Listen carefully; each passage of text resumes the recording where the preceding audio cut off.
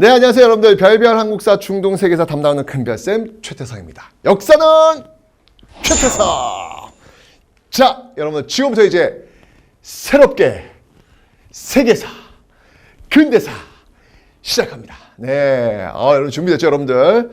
자, 이 근대사, 세계사 살짝 어렵긴 한데 하여튼 여러분 흐름을 잘 따라오시면 보셔야 돼요.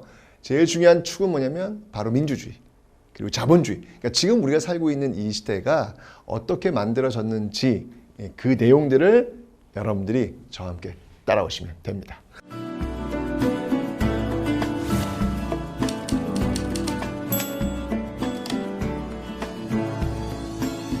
자, 그러면 첫 번째 시간. 산업혁명의 전개와 자본주의의 확립. 이 내용부터 한번 살펴보도록 하죠. 자, 여러분 산업혁명은 어느 나라에서 출발을 했나요? 이제까지 우리가 맨 처음에 배웠던 혁명이 하나 있었죠. 신석기 혁명. 그죠? 신석기 혁명은 농사를 짓는 거잖아요. 농사를 짓는 그 신석기 혁명이 시작돼서 쭉 온 거야. 그래요. 농경사회였어요. 쭉 왔어요. 그리고 이제 또 두 번째 혁명. 바로 산업혁명. 오호. 농업혁명에서 산업혁명으로의 발전. 엄청난 전환점입니다. 자, 볼게요. 자, 일단 영국부터 한번 좀 살펴봐야 될 것 같아요. 영국에 왜 산업혁명이 나오게 되었냐면 일단 기본적으로 어떤 그 민주주의라고 할까요? 정치제도가 안정화되었고 그 다음에 이 산업혁명이 나오는 거예요. 그 정치의 안정을 바탕으로 해서 경제를 발전시킨 거죠. 여러분들 이 유럽의 세계사 역사를 공부하시다 보면 늘 이런 패턴이에요. 정치가 안정되고 그 다음에 경제가 발전하고 이런 패턴이에요. 그런데 여러분 그거 아세요? 우리나라 같은 경우는 좀 거꾸로예요. 우리는 왜 우리가 산업화 민주화라는 표현을 쓰잖아요. 그죠? 산업화가 먼저고 그 다음이 민주화가 먼저 두 번째로 이어집니다. 그러니까 어찌 보면 우리나라 역사는 세계사와는 좀 다르게 전개되었다라고 보시면 돼요. 짧은 시간 동안 지금 보시면 알겠지만 1642년이에요. 지금으로부터 400년 전 이야기입니다. 그러니까 지금 여러분들 이제 공부하실 내용들이 약 한 300년, 400년 전의 이야기들이에요. 그 400년 동안 유럽은 민주주의와 민주주의와 자본주의를 지금 만들어낸 건데 우리는 지금 고작 약 50여 년, 광복 이후에 한 50여 년에 한 60여 년의 역사를 가지고 이 400년 역사를 따라가고 있는 거예요. 따라가는데 그것도 거꾸로. 여기는 민주주의가 먼저, 그 다음에 자본주의 다음. 근데 우리는 산업화 먼저, 그 다음에 민주화 먼저. 민주화 다음. 이런 식으로 좀 다르다라고 하는 것들을 일단 기억해 놓으시면 되겠습니다. 자, 먼저 영국의 어떤 그럼 정치가 안정되는 모습을 한번 볼 텐데, 먼저 여러분들 청교도 혁명부터 한번 살펴볼게요. 이 청교도라고 하는 건 여러분들, 바로 그 개신교 있죠? 개신교. 루터의 종교개혁. 루터의 이 종교개혁 이후에 나왔던 그런 개신교 세력들이다라고 보시면 돼요. 뭐 청교도, 위그노, 그다음에 고이센, 그다음에 장로파, 뭐 이런 식으로 쭉 나뉘어집니다. 뭐 고이센 같은 경우는 네덜란드고요, 위그노는 프랑스, 그리고 청교도 영국 이렇게 나오는 거예요. 그러니까 이 종교개혁 이후에 바로 이 개신교, 이 세력들이 지금 일으켰던 혁명이 바로 청교도 혁명이다라는 건데 어떤 내용인지 한번 살펴보도록 하겠습니다. 자, 일단 장원제의 붕괴와 상공업의 발달이라고 있죠. 짜잔. 자, 젠트리, 시민계급이 유력한 사회계층으로 성장한다. 무슨 말이냐면 여러분들 우리 다 배웠어요. 르네상스 이후에 대항해 시대를 거쳐가지고 엄청난 상업의 발달이 있었다. 지금 우리는 산업혁명을 공부할 거지만 그 이전에 상업혁명이 있었다. 왜? 아메리카, 아프리카, 뭐 이렇게 대서양 무역들이 굉장히 많이 발달하게 되면서 엄청난 금과 은이 유럽으로 쏟아져 들어오고 있는 모습들, 그러면서 이제 유럽이란 나라가 세계 주류로 부상하게 된다라고 제가 설명드렸잖아요. 그죠? 그 연장선상에서 지금 연구를 보는 거예요. 이러니까 상공업에 종사했던 사람들 돈 좀 많이 벌겠죠. 바로 이런 사람들을 젠틀리 시민계급이라고 하는 거예요. 이런 사람들이 유력 사회계층으로 성장했고요. 의회의 다수를 차지하게 됩니다. 자, 그런데 이때 영국의 왕이었던 제임스 1세와 찰스 1세가 이 청교도를 압박을 해요. 예, 압박을 하는 거예요. 뭐 찰스 1세 같은 경우 막 이렇게 이 청교도 노노노노 이러면서 굉장히 압박을 하는 거죠. 자, 그러면서 왕권 신수설을 주장하는 거예요. 여러분들 제가 말씀드렸잖아요. 절대 왕정, 이 절대 왕정이 나오게 된 배경, 그건 뭐냐면 뭐 주로 한 17세기, 18세기 요 당시에 뭐 유럽 사회에서 이제 나오는 모습인데, 이게 이제 봉건 영주와 봉건 중세 봉건 시대 봉건 영주와 그리고 바로 이게 새롭게 성장했던 그 시민, 이 사이에서 어떤 그 왕권이 조정하는 과정 속에서 힘을 갖게 되었다라고 말씀드린 거잖아요. 그죠? 절대적인 힘을 갖게 된 것. 오케이. 자, 그런데 제가 얘기했지만 서서히 그 세력은 이쪽 시민 쪽으로 넘어가요. 넘어가는 것이고, 이쪽은 이제 서서히 기울게 되는 것이죠. 시민 쪽의 힘이 점점 세지는 거예요. 그런데 여전히 이쪽에서는 아니야, 왕권 신수도 있어 라고 해서 어떤 그걸 붙잡고 있는 거야. 역사의 이 수레바퀴를 거꾸로 돌릴 수 없는데 그걸 붙잡고 있는 거야. 자, 그러면서 전제 정치를 시행하면서 의회의 권리를 무시하는 모습들이 나타나고 있더라. 자, 이런 상황 속에서 이거 어찌할까라고 해가지고 이 의회에서 이제 요청을 하는 거예요. 청원. 바로 이게 권리청원이라는 겁니다. 말 그대로 여러분들 청하는 거예요. 청하는 거예요. 요청하는 거예요. 우리 무시하지 말아주세요. 요청하는 거예요. 나중에 여러분들 권리청원 말고 나중에 이제 권리장전이라는 걸 배울 거예요. 순서 잘 봐주세요. 네, 먼저 권리청원이 먼저예요. 그렇겠지. 요청 좀 부탁할게요. 좀 들어주세요. 라는 게 먼저고, 권리장전 이거는 이렇게 해! 도장 찍어! 이거 우리 약속이야! 라고 규정을 짓는 거예요. 더 세지는 거죠. 그죠? 맨 처음에는 요청했는데 안 받아들여줘요. 그래서 막 싸우는 거예요. 결국은 이겨요. 그래서 도장 찍어! 권리장전! 딱! 요런 스타일로 이제 흘러가게 되는 겁니다. 그래서 권리청원에서 권리장전, 요런 흐름으로 간다라는 거 일단 기억해 주세요. 자, 의회의 과세 동의권, 불법적인 인신구속의 금지 등, 자, 자유권 선언이 나옵니다. 자, 이게 뭐냐면 바로 권리청원. 과세를 내려면, 세금을 내려면 의회의 동의를 얻어야 한다. 그리고 불법적으로 우리를 잡아들여서는 안 된다. 냅둬라. 라고 하는 거예요. 너무 이 왕의 어떤 무소불위의 어떤 그 힘, 이거 하면 안 된다. 라고 지금 이야기를 하고 있는 겁니다. 이게 바로 권리청원의 핵심이에요. 막 저렇게 압박하니까 찰스 2세가 승인을 해. 알았어 하고 너희 요청 들어줄게. 권리청원 오케이. 그런데 바로 그 이듬해 의회 바로 해산시켜요. 그런 다음에 전제 정치를 지속하게 됩니다. 의회를 완전 무시한 거죠. 그죠? 도장 딱 찍어준 다음에 그 다음에 의회 해산. 야, 얘들 말이 많다. 야, 의회 해산시켜버린 거예요. 자, 여러분들 권리청원에서부터 권리장전까지 가는 그 흐름을 지금 우리는 공부할 거예요. 이걸 잘 따라오셔야 합니다. 권리청원에서 권리장전으로 가는 그 흐름을 잘 보셔야 돼요. 찰스 1세가 권리청원에 오케이를 했는데 그 이듬해 결국은 해산시켜버렸어. 무시했어. 그런데 자, 전쟁을 해야 돼요. 이 영국이 전쟁을 해야 돼요. 스코틀랜드 그 이 장로파가 반란을 일으키게 되자 전쟁 비용 마련을 위해서 11년 만에 의회를 다시 소집을 해요. 뭐야, 11년 전에 분명히 의회 해산시켜버렸잖아. 말 안 듣는다고. 근데 세금을 걷어야 될 거 아니야. 세금을 걷어서 전쟁하려면 세금을 더 많이 걷어야 되는데, 그러려면 의회 승인이 필요한 거예요. 그래서 울며 겨자 먹기로 의회를 소집을 한 거예요. 자, 이렇게 되니까 이 의회에서 우리가 왜 해? 아니, 해산할 때는 언제고 돈 거둘 때만 우리를 불러? 말도 안 돼. 라고 하면서 의회파와 야, 그래도 지금 나라가 위험한데 왕 둬야 될 거 아니야? 라고 하는 왕당파가 부딪히게 됩니다. 이게 바로 왕당파와 의회파 간의 무력 충돌이 벌어지게 되는 거예요.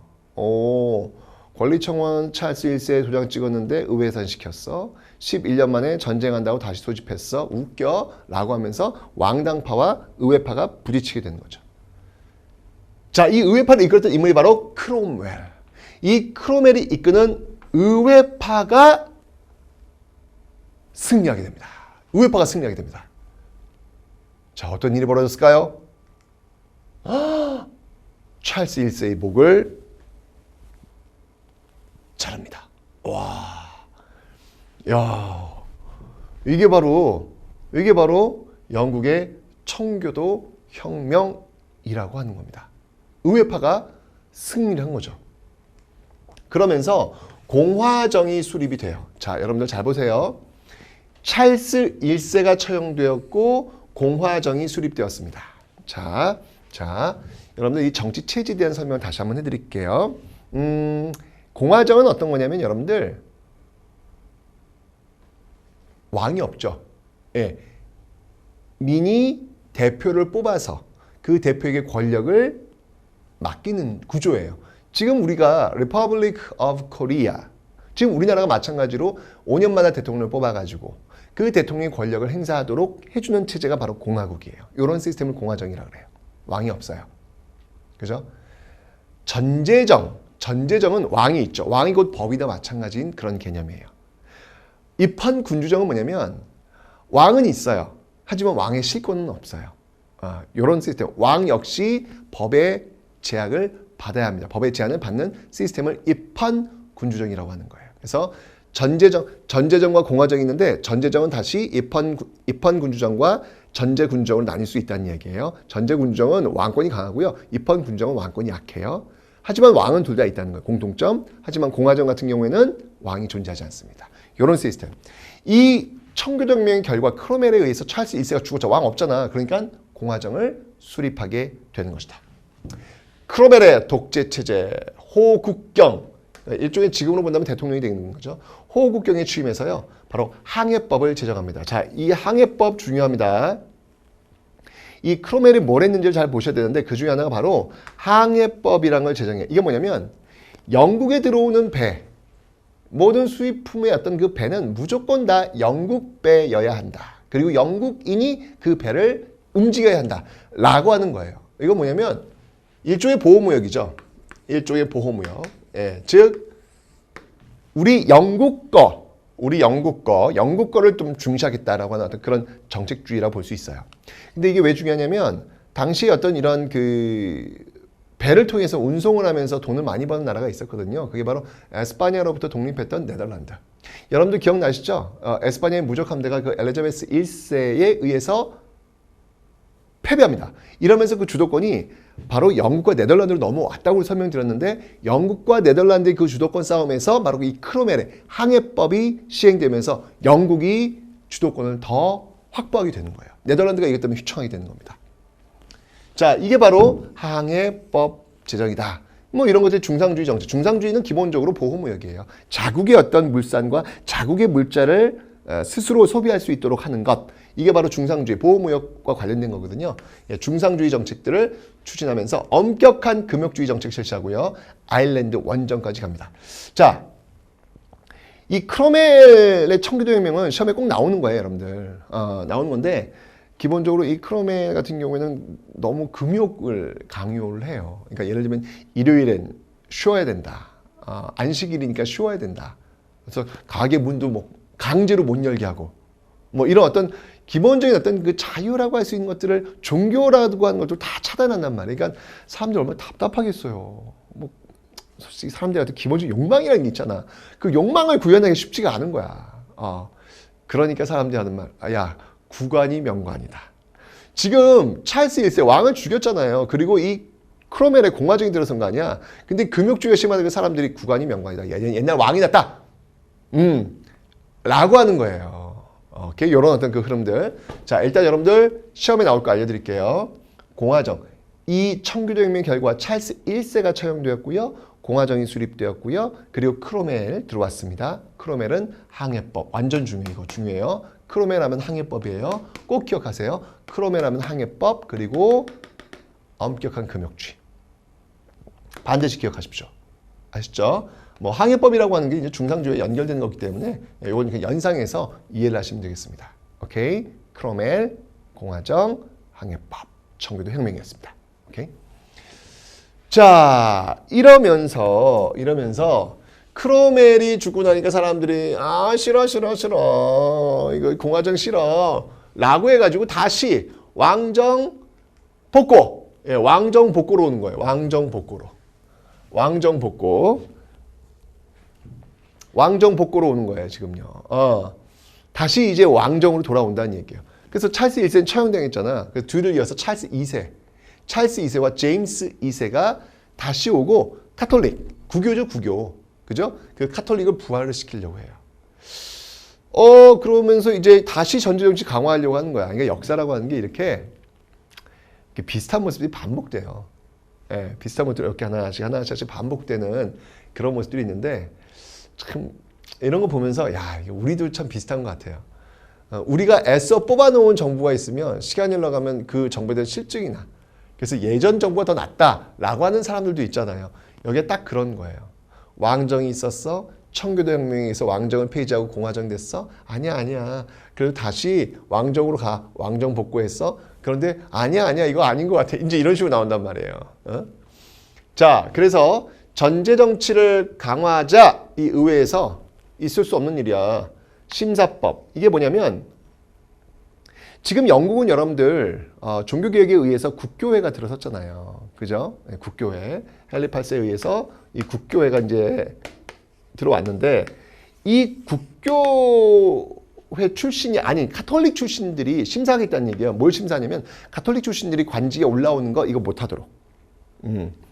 이런 것들을 다시 심사. 왜냐면 이 왕들은 지금 카톨릭을 밀고 있는데 의회는 아니란 말이야.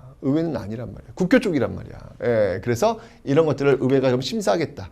가톨릭 쪽 그쪽 사람들이 관직에 올라오지 못하도록 심사하겠다. 이런 심사법을 의회에서 통과시키고요. 인신보호법 왕이 함부로 사람들을 잡아가고 이제 이런 것들을 못하도록 하겠다라는 인신보호법을 제정을 하면서 정당이 출현되는 그런 모습들이 나타나고 있더라라고 하는 거. 자, 이러면서 결국 의회가요. 제임스 2세를 폐위시켜요. 결국은 또 폐위시키는 거야.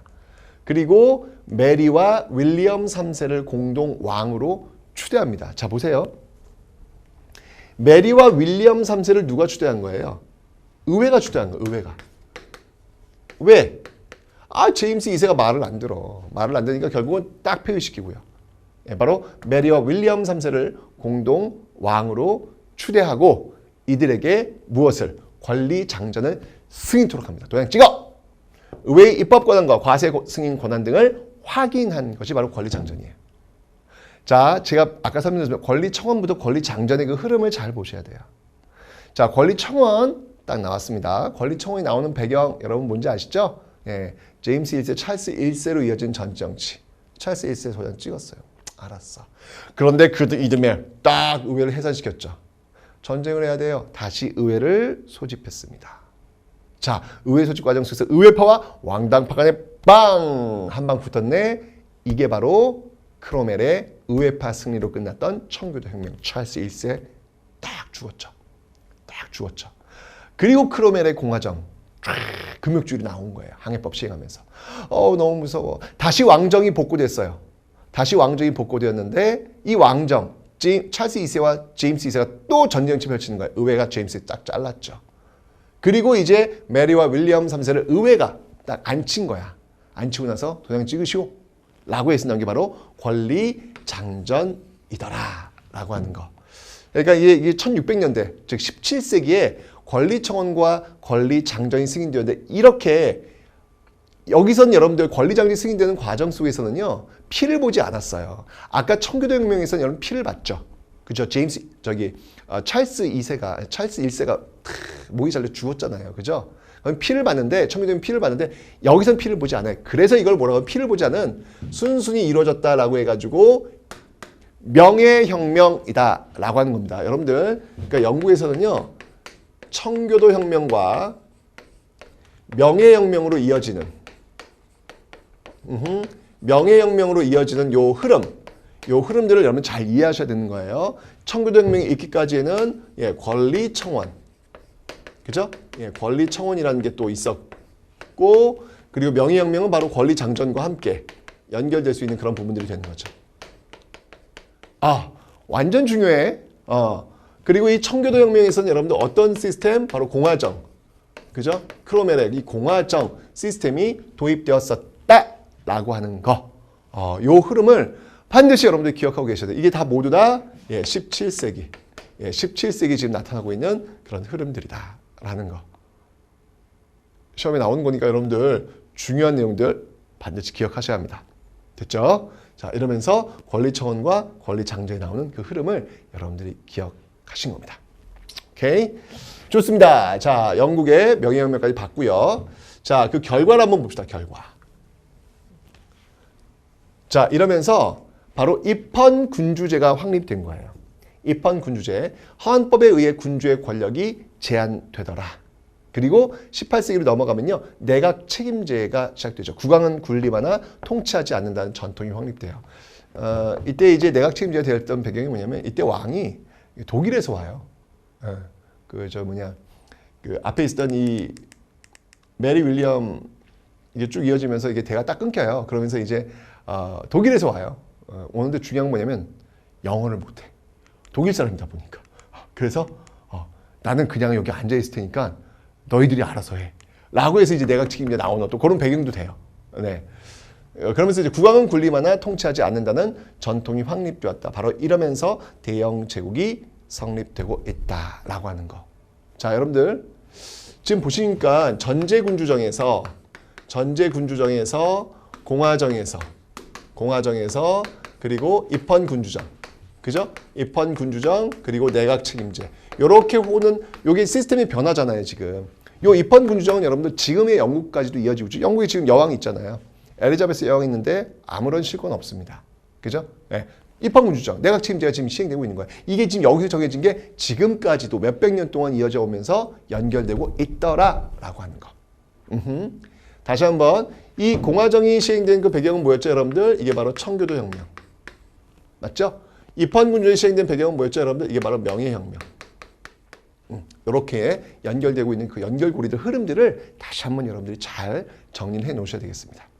됐죠? 완전 중요해. 시험에 꼭 나오는 그런 내용들이었어요, 여러분들. 이렇게 전제군주정, 공화정, 입헌군주정을 흘러오는 과정 속에서 청교도혁명과 명예혁명이 있더라. 권리청원과 권리장전이 있더라. 이 모든 것들이 다 바로 17세기.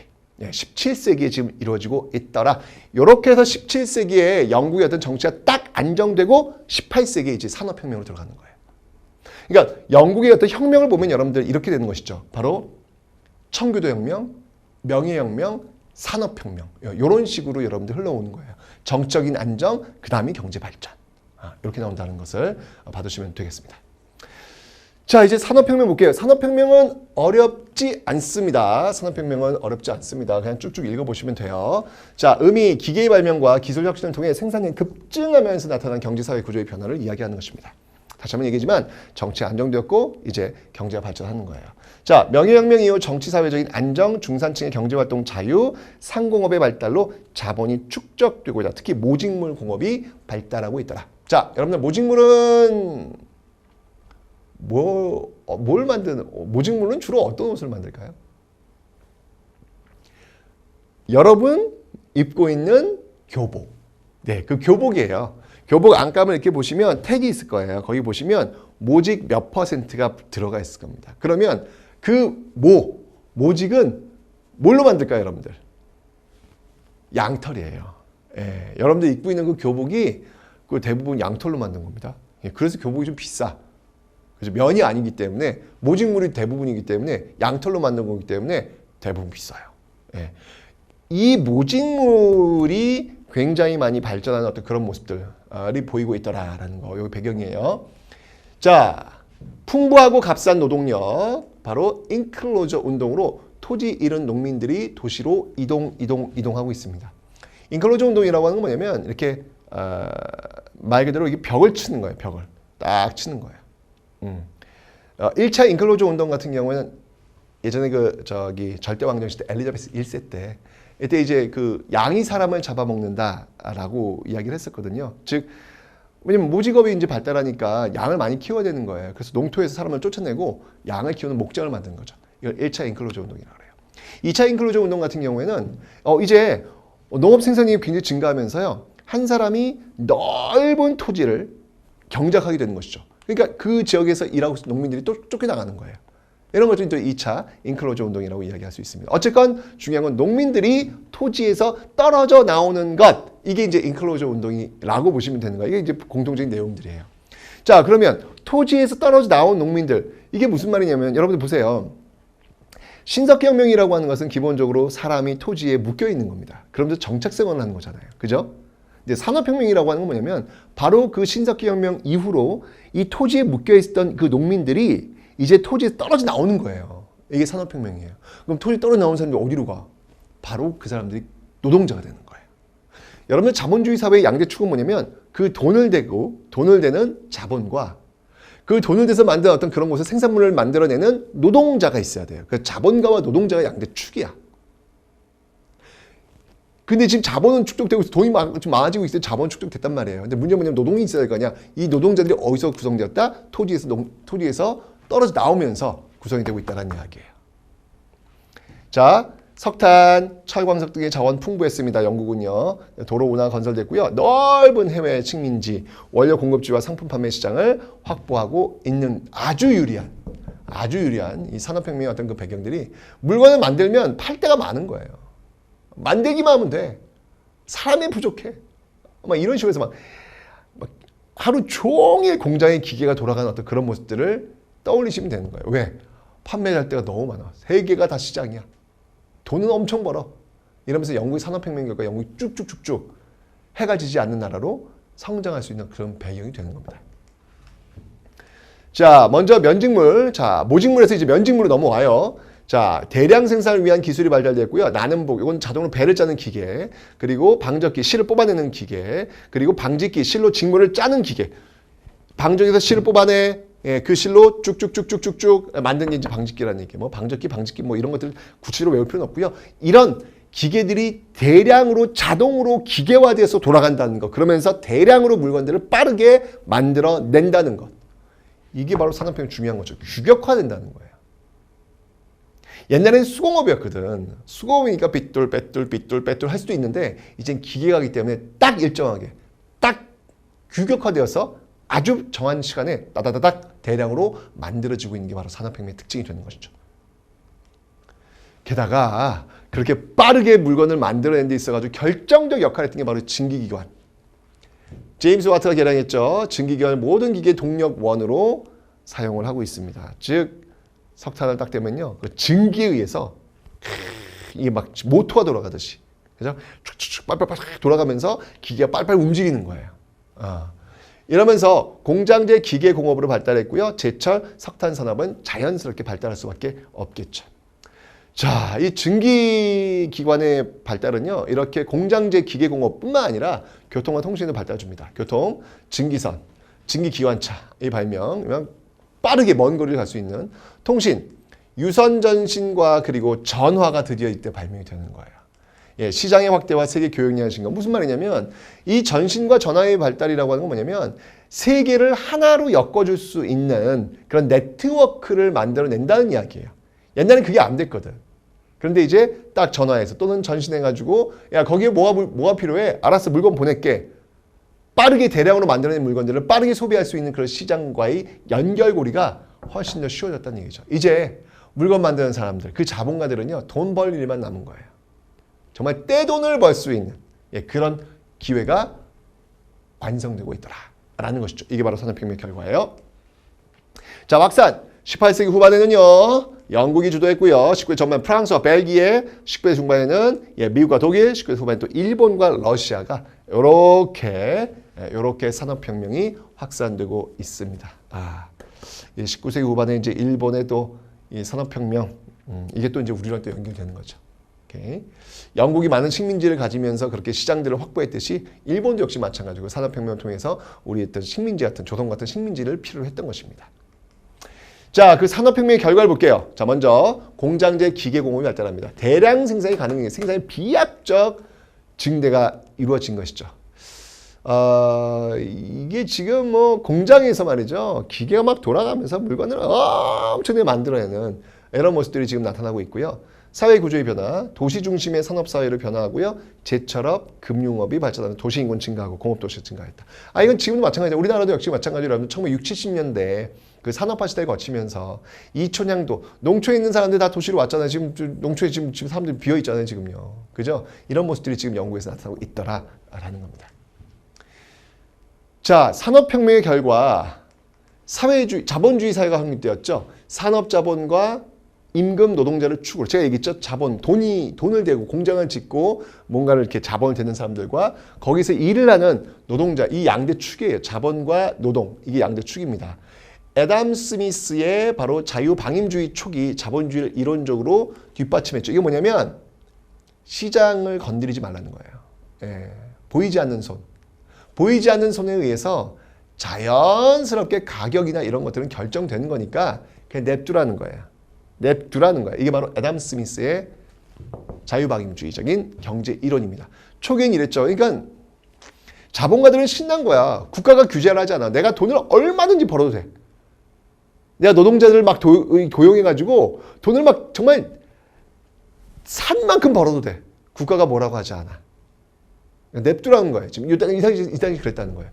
그러다가 이제 나중에 이제 이 애담 스미스의 어떤 국부론, 이 자유방임주의적인 어떤 그런 경제 이론이 뒤통수를 제대로 맞는 게 와요. 그게 바로 1929년에 있었던 세계 대공황. 어찌 본다면 이때부터 출발했던 그 자본주의에 폭주하고 있는, 브레이크를 밟자고 계속 달리고 있는 그 자본주의에 처음으로 브레이크를 밟았던 게 바로 1929년 대공황이라는 거예요. 어쨌든 그건 나중에 이제 현대사가들은 또 배우게 될 겁니다. 이 당시에 이제 그랬다는 얘기예요. 자, 그러면서 도시로 인구가 집중되는 거예요. 그러니까 당연히 주거 문제, 환경, 위생 문제 정말 이 발생할 수밖에 없겠죠. 노동 문제 심각합니다. 열악한 환경, 장시간 노동, 그리고 저임금, 여성과 어린이가 고된 노동에 시달리는 거예요. 이 자본가들, 이 당시 어떤 자본가들이 정말 탐욕스러운 자본가들이 많이 있었거든요. 정말 돈을 사람은 그냥 도구야. 사람은 아주 싼 임금으로 아주 엄청난 노동을 시키면서 그저 막 돈만 벌려는 그런 탐욕스러운 자본가들이 많았거든요. 이런 과정 속에서 노동자들은 정말 그 노동을 착취당하는 거죠. 착취당하는 거죠. 결국은 노동조합 못 살겠다. 만국의 노동자여 단결하라. 라고 하는 이런 근로조건 개선 요구와 자본가 계급의 대립 속에서 바로 러다이트, 기계 파괴 운동도 전개가 되는 겁니다. 사실은 본질은 정말 그 폭압스러운 자본이 문제인데, 그죠? 이렇게 기계의 그 화풀이를 하는 어떤 그런 모습들이 되는 거잖아요. 근데 어쨌건 눈에 보이는 현상, 기계들이 자꾸 들어오니까 일자리 뺏기는 것 같아. 뭐 이런 모습들. 여러분 지금도 역시 마찬가지로 지금 인공지능이 들어오면서 우리의 일자리를 뺏길 수 있다는 두려움이 있잖아요. 그래서 인공지능은 어디까지 갈 것인가에 대한 그런 고민들이 많이 있잖아요. 이 당시는 또 그랬다는 얘기. 이 당시는 기계 그 자체가 우리 노동자들의 어떤 삶을 더욱더 악화시킬 것이다 라고 하는 불안감이 있었다는 얘기. 이게 바로 러다이트 운동으로 나타나게 되었다. 이러면서 이제 그 자본주의에 저항했던 사회주의가 등장하는 거예요. 자본가들, 이 당시에 어떤 그 추악한 그 자본가들이 정말 노동자들을 막 쪽쪽쪽 수탈하고 있는 그런 모습들에 대해서 사회주의, 노동자가 단결해서 그 자본가 계급을 타도해야 된다 라고 하는 사회주의 사상이 등장하게 된 것입니다. 산업혁명으로 인한 사회문제 확산되었고 자본주의 비판하면서 바로 마르크스, 생시몬, 오원 등 사유재산제도를 부정. 왜?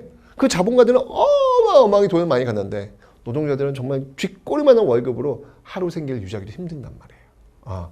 그래서 이런 것들은 아닌 것 같다. 그래서 공동 생산하고 공동 분배하자. 똑같이 평등한 삶을 살자라고 하면서 바로 평등사회 건설을 추구하는 그런 사회주의 사상이 나오게 된 배경이 바로 이렇게 자본가 계급이 주도하고 있었던 산업혁명에 대한 저항으로서 나오게 된 것이다. 자본가들이 중심이 됐던 움직이는 어떤 그 축에 있어가지고 이 노동자를 중심으로 한 사회주의가 견제를 하는 그런 형국이 지금 나타나고 있는 겁니다. 됐죠? 자, 여러분들 지금 우리는요. 영국의 혁명을 배웠어요. 청교도혁명, 명예혁명, 산업혁명.